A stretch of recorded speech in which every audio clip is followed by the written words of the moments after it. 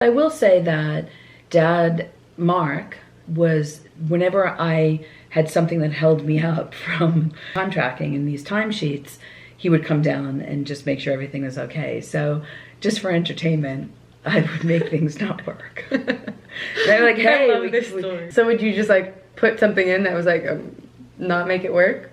I would do a little voodoo here and there.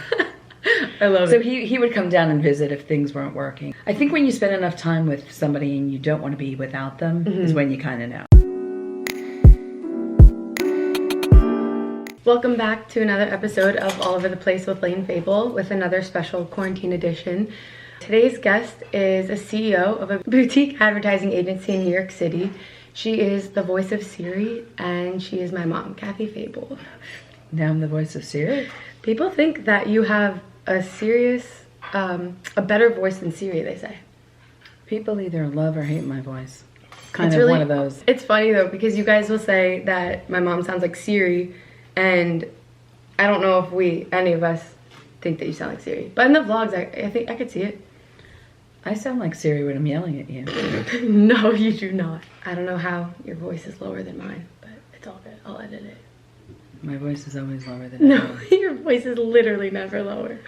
What can I tell you? So I wanted to start off. I've been trying to get my mom, she's a very busy lady, but on the podcast, and you guys have asked many times, because my mom isn't in the vlogs as often, I wanted them to get to know a little bit more about your background. I was going to say, you know a lot about me. Well, yes, I'm going to play dumb for this because I know all these answers, but I know that there are a lot of insights that you have to offer and a lot of information that can help people, although we're in a quarantine, so I know business is not as usual right now. But speaking of business, I want to go all the way back to, let's say like around high school. Like, how did you know what you wanted to do with your life? Because I know from an early age you kind of had it down. Well, I knew what I wanted to do, but unfortunately my parents were not willing to send me to college for that. I wanted to be a doctor or a lawyer. And I had the ability to draw, and I had a wonderful teacher in high school that told me that I had to go into commercial arts. His name was Mr. Carbone, and he was just an amazing guy, and it was something that I was doing that was fun, so I figured, hey, why not do it? So when did was it an art class that you like realized, or? In 11th grade, I had a job.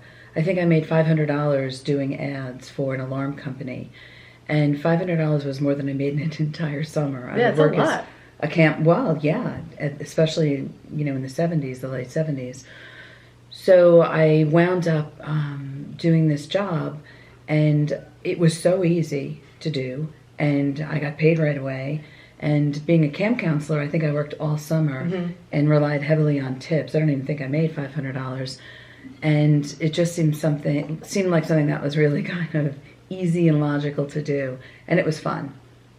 So I think it was right before my first year of college, I wound up getting a job at a company called Nassau and Queens Publications, and I was designing ads for a woman named Lamise Denton. I know you are so good with names. I'm not.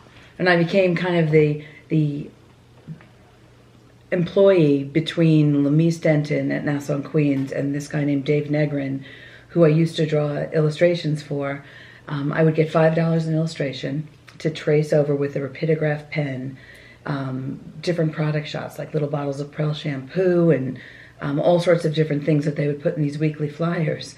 And I would get $5 a drawing, and I literally would be able to draw maybe 500 in a weekend.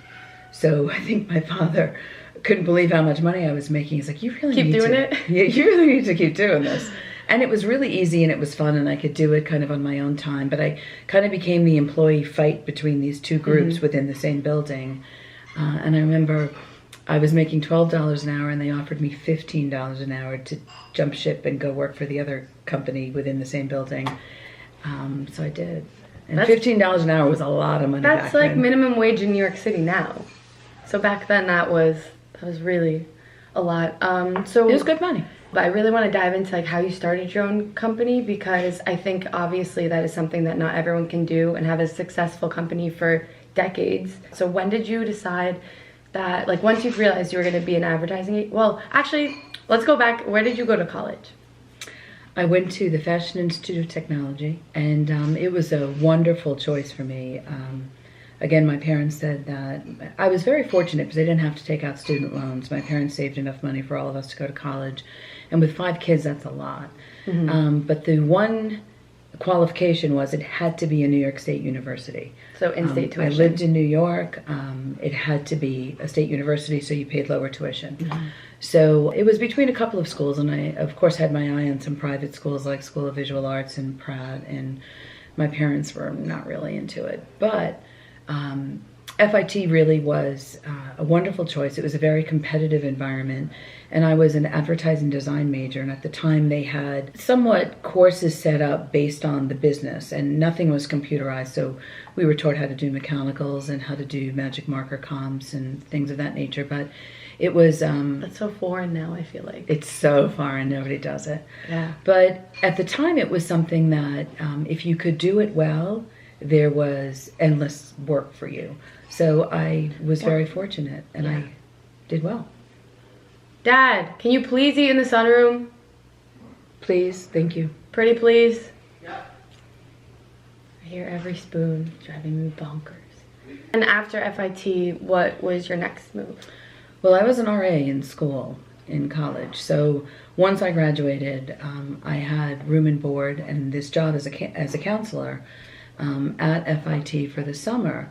And my dad did not believe that that was a real job. And his answer was that if I didn't have a job in my industry within 2 weeks of graduation, he was going to be right back. To pick you up. On 27th Street in New York City to pick me up.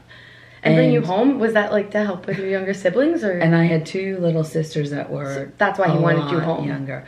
No, I think that, you know, he didn't want me goofing off, as he would say, in the city.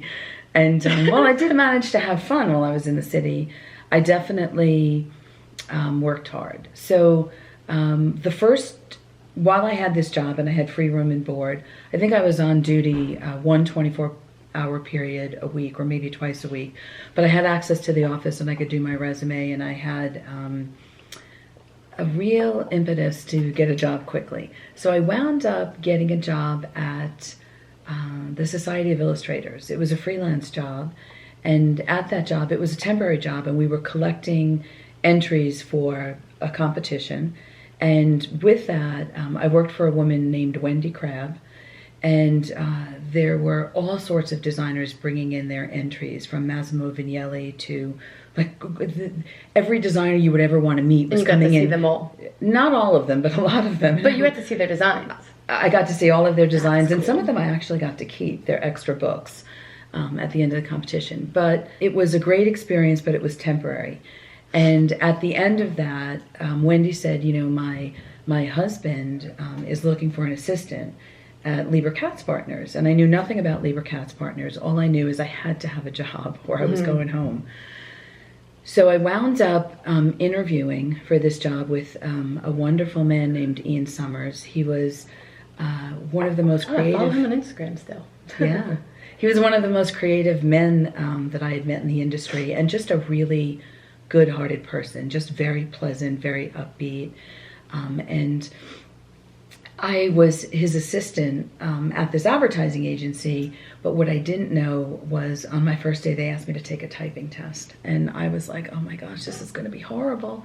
But it wasn't. Ian really made it an opportunity. I worked in the studio with a guy named Bob Battle and this wonderful woman named Chella Arias. And Chella, all of the names. If you ever see this, she was really the key to a lot of the things that I got to do along with Ian.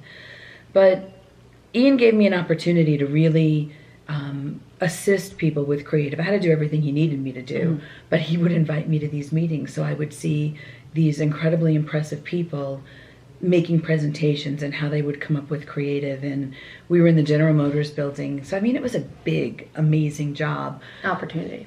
It was an opportunity. I was making no money whatsoever, but that aside. Oh, it was not paid? Oh, no, of course it was paid. Oh, but okay. I basically could afford, I mean, I had an apartment in the city and I could afford to pay my rent, and I would have about 99 cents to either eat dinner or take the subway home. So I would eat a block of tofu, and I think that was the source of my soy allergy.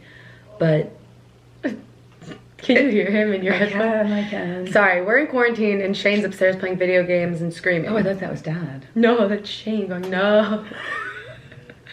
You never know what's going on in this house. Well, quarantine, but we got an excuse to dress up, so it was kind of fun.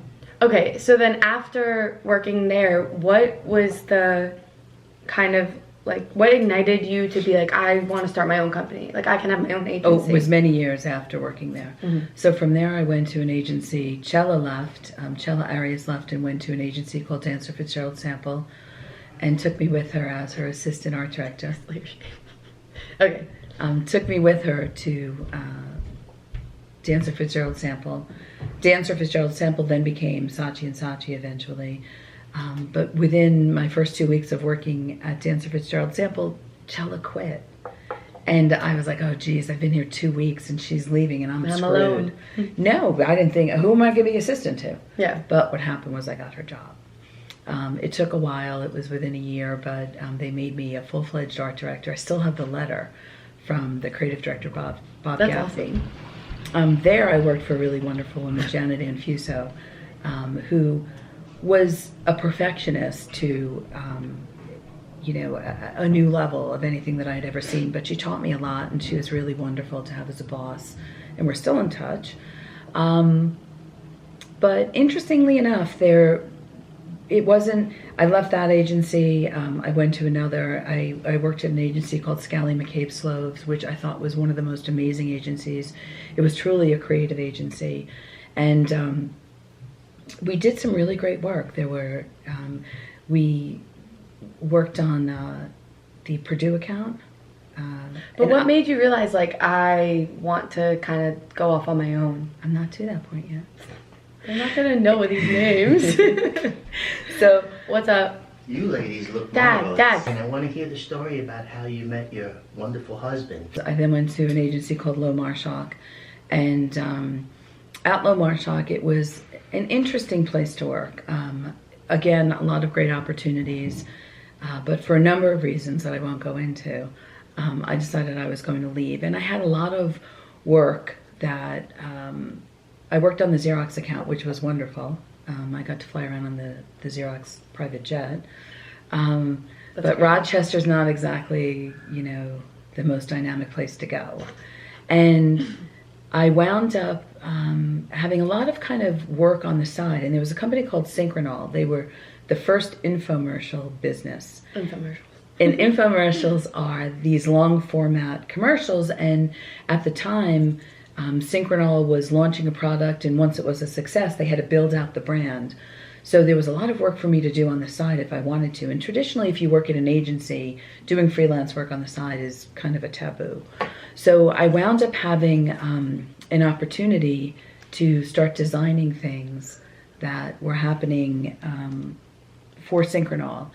And believe it or not, we didn't have cell phones at the time, so I had a little beeper. Whenever they needed me, they would beep me. And I would call them back and figure out what was going on. But I realized that working for myself was becoming so much more exciting than working at this agency. And it was only a short time that I did both, just to see if it was going to be possible. And sure enough, I wound up, I had just gotten married, and I wound up saying, you know what, if I'm ever going to make this happen, now's a good time. And I kind of jumped ship and started Quinn Fable advertising. I didn't really think much about what I was going to name it.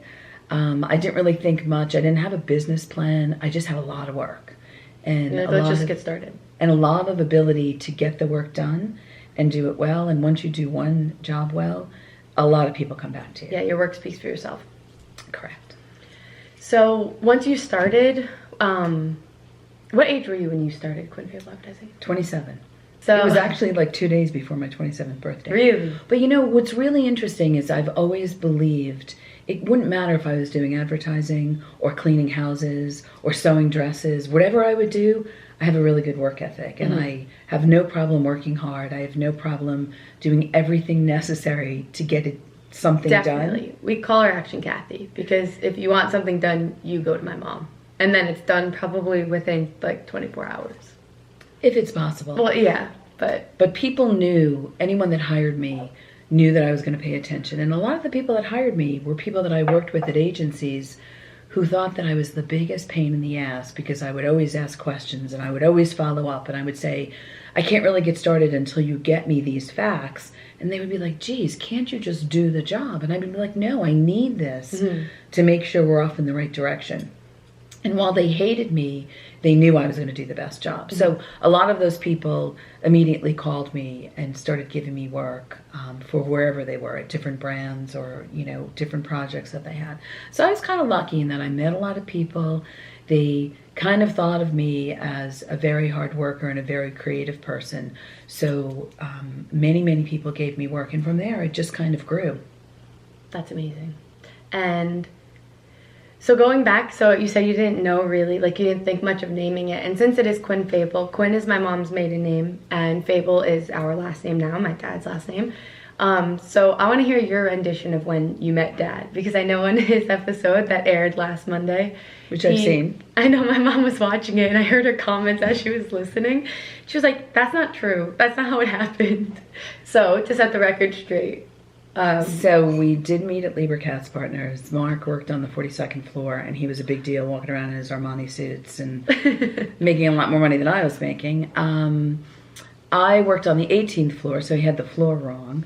And yeah, I think he said the 17th floor. And his job was to implement this time tracking system. And my job was to help make sure that all of the time tracking was properly done. So I guess my role as assistant to the creative director was getting everyone's hours properly entered. And I know we had a couple of accounts that will remain unnamed that we were doing the files for and doing the timesheets for.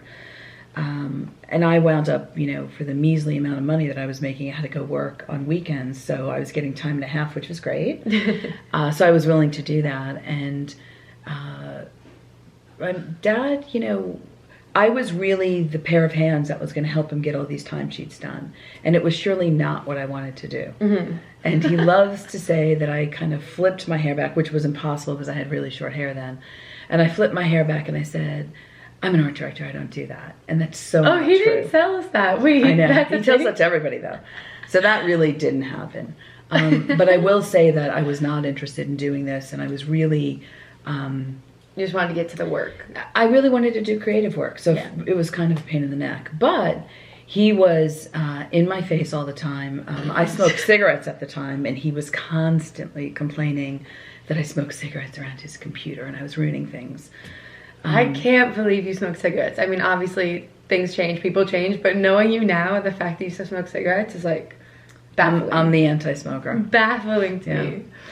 But I will say that Dad, Mark, was, whenever I had something that held me up from doing the input of time tracking in these timesheets, he would come down and just make sure everything was okay. So just for entertainment, I would make things not work. They're like, hey, we can't enter hours, you know, the timesheets aren't going in because it's not recording something, or certain numbers aren't adding up. And so would you just like put something in that was like not make it work?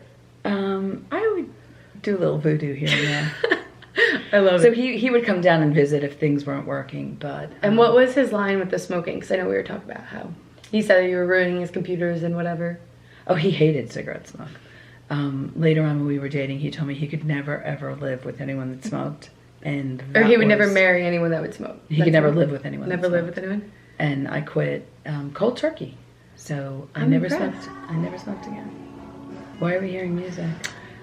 Because Dad's trying to listen to music and it turns on in the whole house. Quarantine things, guys. Sorry. But yes, that is my mom's side and probably the details. But going on from that, so you guys lived in Manhattan. I lived all over. I lived by FIT. I lived on 25th Street right after graduation.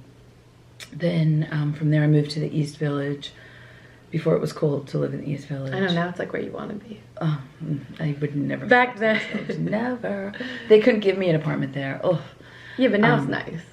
It's fun. So no. It's a lot of fun. No. And then we lived in Hell's Kitchen. Yeah. Until and what we did moved you out think to of New Hell's Jersey. Kitchen? What did I think of Hell's Kitchen? Or like, do you have any stories? The one thing that I thought was crazy was we had a car that my dad had given me. Of course, I never had a car growing up, but suddenly now I'm married and my dad gets me this car. But His famous line was, you can drive any car you want whenever you can afford it yourself. No, it was, you can have any car you want as long as you can afford to buy it and insure it yourself. Well, yeah, afford it yourself. So, but yeah. We wound up on having a car that was parked 2 avenues away from where we lived, and we'd have to walk down a side street to get there. Do you want to pause and yeah, we have a robot. It's gonna drive me insane. Good for you. I didn't even know what that was. It does it, like, it resets its home. Anyways. Okay. So we had a number of things. You had a car parked 2 blocks away, you said? Yep, we had a car parked 2 blocks away from where we lived. So whenever we were going someplace, we'd walk to the garage. And as we were walking down the street, I would see all of these pink condoms all over the street. What? Right? Well, at the time, there were hookers everywhere. Yeah. I mean, there were some kind of shady things that would go on. But I remember saying to Dad, you know, we're walking down the street, I'm like, Mark, where are they getting all of these pink condoms from? And he was like, what's wrong with you? Those aren't pink condoms, that's lipstick. And I was like, Wait, what? There'd be pink condoms lined all over the street, just flipped out all over the curb. And he didn't know? No, I had no idea that there weren't pink condoms. I couldn't imagine why there were so many pink condoms everywhere. And they weren't pink condoms, they were condoms with lipstick on them. No. Yeah. Now I get it. When you first said it, disgusting. I was like, wait, what? So, I mean, there were a number of things that I was naive to, not growing up in the city, but, you know, growing up on Long Island, and that was one of them. Wow. It's pretty Yeah, gross. I've heard a bunch of stories of how Hell's Kitchen used to be definitely a different place, and now it's, like, I used to walk home at night alone with, like, an earphone and listening to music and feel completely safe, so it was definitely a different time. Oh, it was so different. Very different. Jose wants to know, when did she realize that Mark Fable, in parentheses, the man, was the one? Well, we had dated for a long time before we got married, so I'm gonna say probably right before we got engaged. There were a number of guys that I had gone out with over the years, but none that I really could see myself being with in the long term. So I would say, you know, probably by the time I was 25. He was just a very nice guy. But, like, was there something that was like, oh, wait, this was when I know? I think when you spend enough time with somebody and you don't want to be without them is when you kind of know. Yeah, that's So somewhere around that. And, of course, the older we got, the more time we spent together. So. Yeah. Someone says, one or endless things that you have learned from Mark. To quit smoking. Well, quit smoking was one of them. I think he's probably one of the more patient people. I'm definitely not known for my patience. My dad is, like, the most patient person I know on the earth. And not many people can be that way. I'm not. I try, but... I am definitely not the most patient person. So I've learned a lot about, you know, what things should make you crazy and what things shouldn't. So I've gotten a little bit of that education from Mark. I know we discussed this, but Savannah wants to know anything else about starting your own business as a female. Well, it depends what you're doing. I mean, there's a lot of advantages to being a minority. And being a female business owner. Sorry, Shane just ran by. Okay, Ask me the question again. Okay.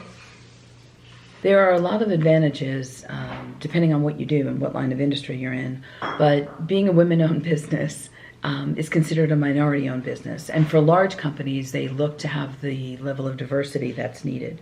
So there are some advantages, like for instance, we're a nationally certified women-owned business, which gets credits for some of our clients. And in order for them to get contracts, they need to show that they have a diverse group of people serving their business. Shane, can you try to be quiet? No. He's literally like slamming doors. Anyway, sorry guys, quarantine episode. Did you find... Shane, are you kidding? The kid's hungry. I'm getting food. I'm not making extra noise. You absolutely are. You're slamming things around. Just hope he doesn't come in here burping and farting. Jesus. Was there anything that you found to be harder, like as a female in business when you started, or? Well, there's a lot of industries that are kind of men only. I had a really interesting time in that for the work that I did, people believed what I was telling them, and they believed in the creative and the strategic approaches that I recommended. So I was really lucky because even in an industry or a room of all men, a conference room of all men, I could present to them and convince them that what I was recommending was something that they should be doing. So I do think that if you believe in what you're doing and you have that level of confidence, others are going to believe you. The number one thing that I think is so critical is the ability to work hard. And if you don't want to work hard and you feel that there's certain things that are below you or certain things that you don't want to do, you're not going to succeed. I mean, you really have to have a good work ethic, and you really have to be willing to, put in 110% at all times. And a lot of our success at Quinn Fable was because we would do the work that other agencies were not willing to do at the time the work was asked for. So if someone on a Friday said, listen, we need this campaign done, or we need these brochures done, or we need something done over the weekend, other agencies would be like, no, we'll discuss it on Monday, and on Monday we'd be done with it. Yeah. And collecting their money. Another question from Alyssa. What is your favorite thing about being a mother? Probably my favorite thing about being a mother is just watching how these little people develop into big people.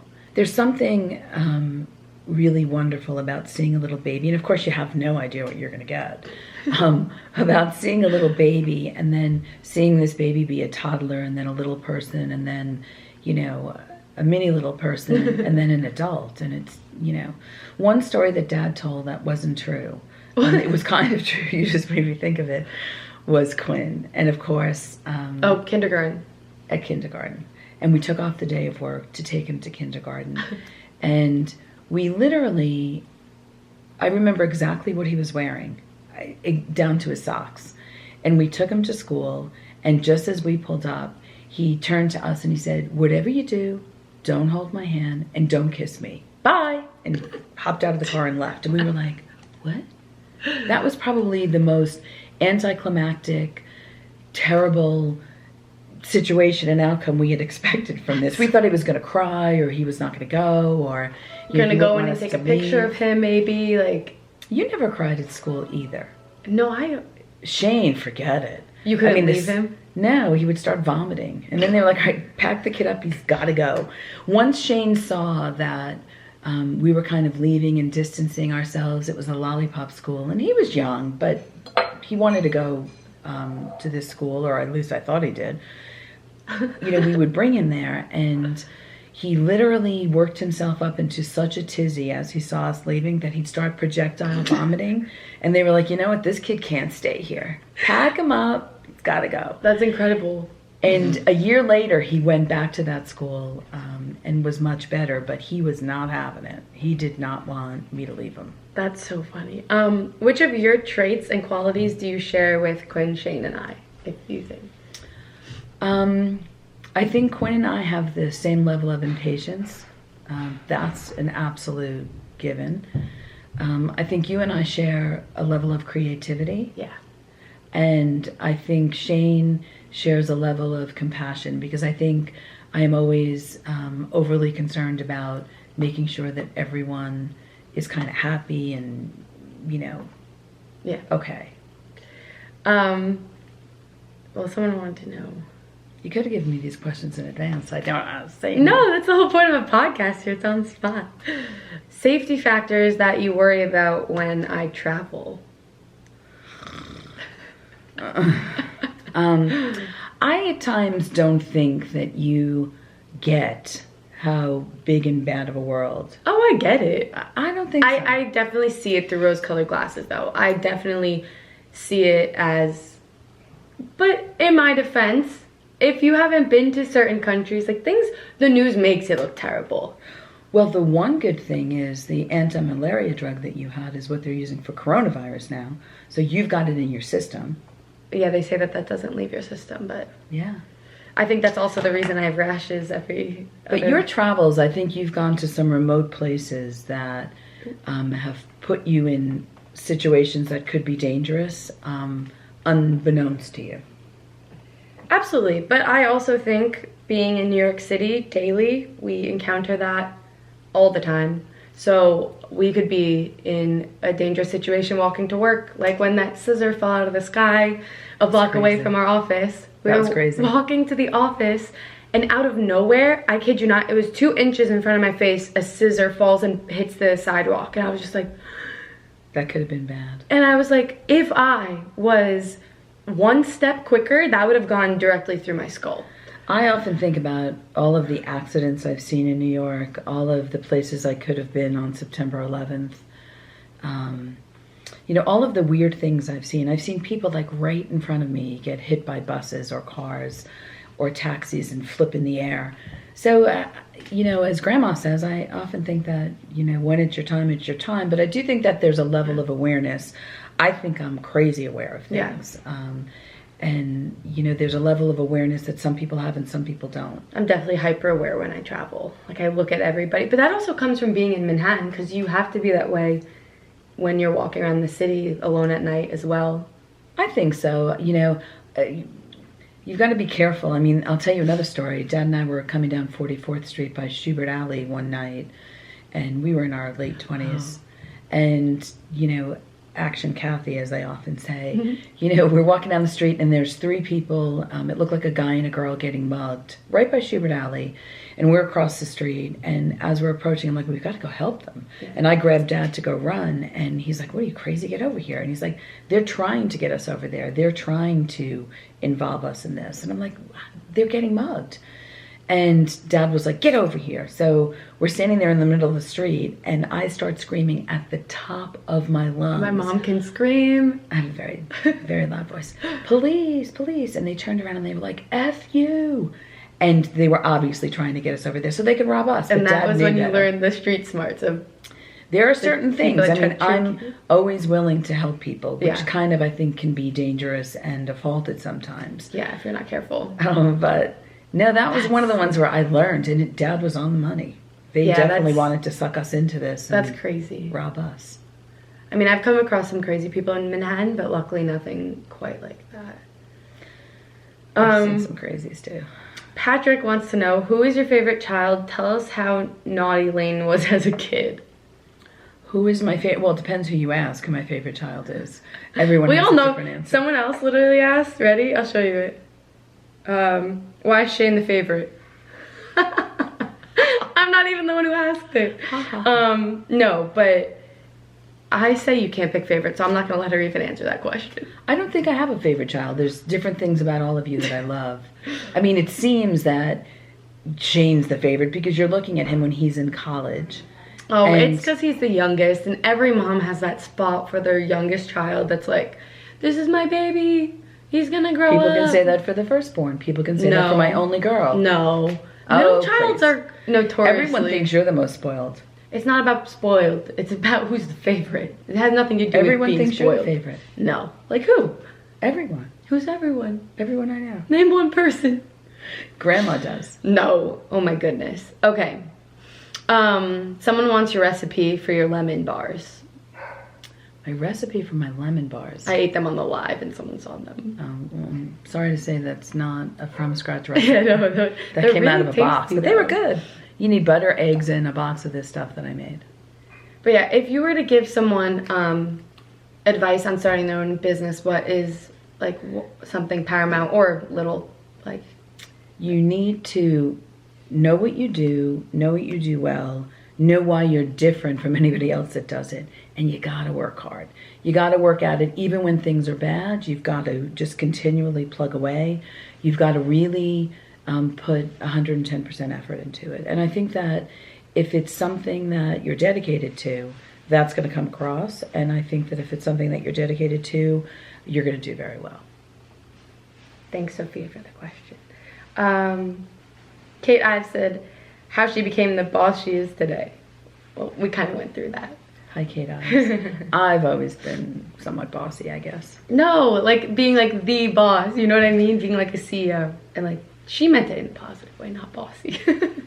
Well, I think, if you have a dream and you really want to go for it, you kind of become the boss. Do you have any plans to explore the Philippines? I definitely, once coronavirus is over, I probably will go to the Philippines with Mark and with Layne.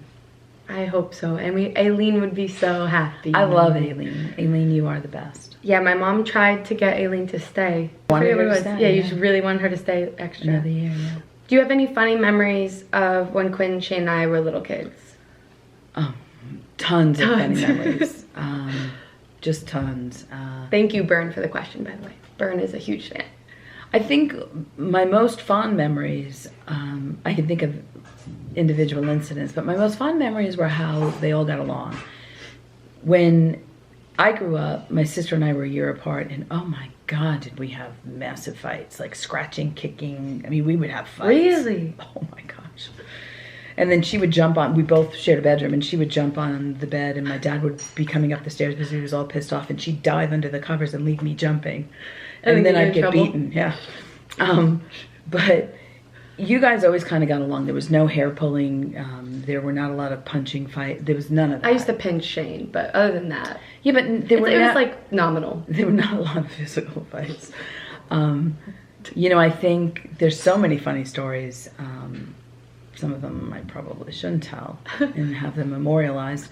But I think some of the odd things that happened were, the time that Quinn put a sewing needle in a door jamb and you walked on top of it and it broke off in between your toes. Quinn's a psychopath. No, I'm kidding.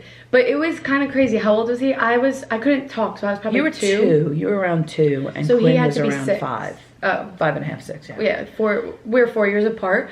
And he put the sewing needle in the door jamb of our front door. And somehow, I've been barefoot my whole life. Like, I am barefoot right now. I don't know. I'm always barefoot. But I walked on it. I don't remember this, though. So it's really, you could tell the story because... So we came home from work, and Layne was limping and kind of whimpering. And my mom and dad were there and making her walk around. My mom kept putting her shoes back on and telling her to walk. And I was like, no, there's definitely, if you pushed between her big toe and her second toe, you could feel something. And was I like wailing at this point? No, you weren't. Really? But you were kind of whimpering, and I could feel something, and you didn't want me touching your foot, so I took you to the emergency room, and they did an x-ray, and there was a broken sewing needle in your foot. And they couldn't get it because it was really embedded between your big toe and your second toe, and in the part of your foot, not in your toes. Mm-hmm. And they had to remove it surgically. So that was and I knew Quinn had put it there, which was crazy. That is craziness. Then there were times, when Quinn was 2, you weren't even born yet. Dad and I, we had to alarm our whole house because there was Quinn at 6 a.m. in his diaper, pulling on his boots out in our backyard, and we were surrounded by a brook. And he was like knee deep in water in this massive nor'easter. And like, who would have ever thought that a 2-year-old would have gotten out and... What just happened?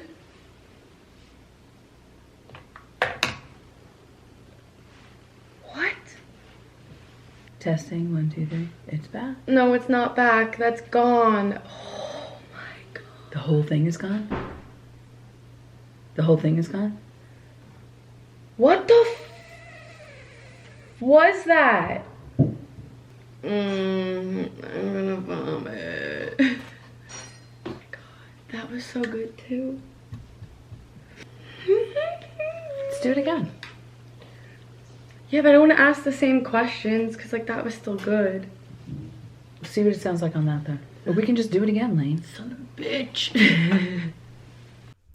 Hey guys, so as I'm editing this, I'm realizing I didn't really have an outro. We ended up filming a second episode right after this, so thank you to my mom. That will be out next Monday, so make sure to check that out. It'll have much better and much clearer audio with less interruptions because nobody was cooking lunch in the middle of it. But if you guys want to support this podcast, please consider doing so at anchor.fm/Layne Fable.